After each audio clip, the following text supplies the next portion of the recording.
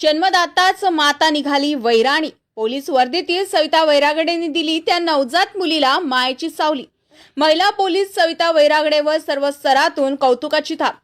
विपरीत घडली समाज मन हेलवणारी घटना।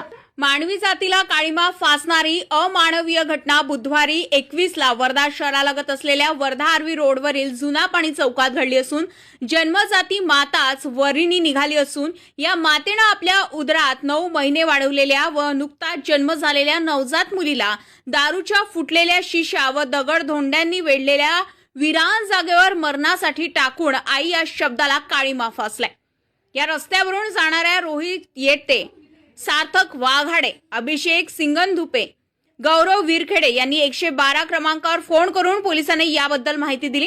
रामनगर पोलीस दलातील सविता वैरागडे नावाच्या महिला पोलिसांनी घटनास्थळी येऊन प्रत्यक्ष त्या मुलीला आपल्या मायेची ऊब देऊन आपल्या मायेच्या पंखाखाली घेत तिला सामान्य रुग्णालयात दाखल केले। त्या मुलीची प्रकृती चिंताजनक असल्यानं नागपूर येथे भरती करून रुग्णालयातही त्या बालिकेच्या मायेची सावली बनलाय।